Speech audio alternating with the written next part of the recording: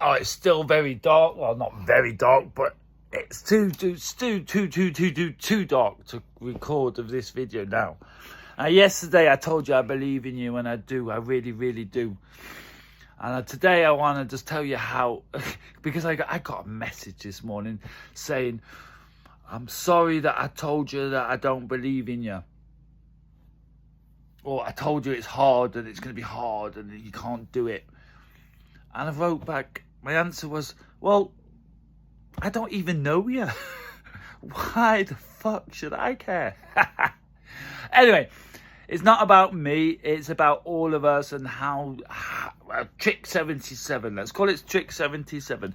People you don't know who tell you can't go anywhere.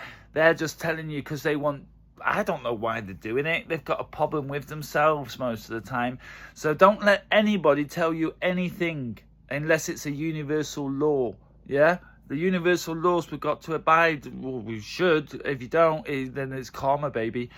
But otherwise, and people who tell you they don't believe in you or that you're small or whatever, that's because they feel that it's not about, anger's not the same. If you get angry, that's your reaction, but they did piss you off, so maybe it's legitimate. But don't care if people you don't know tell you don't go.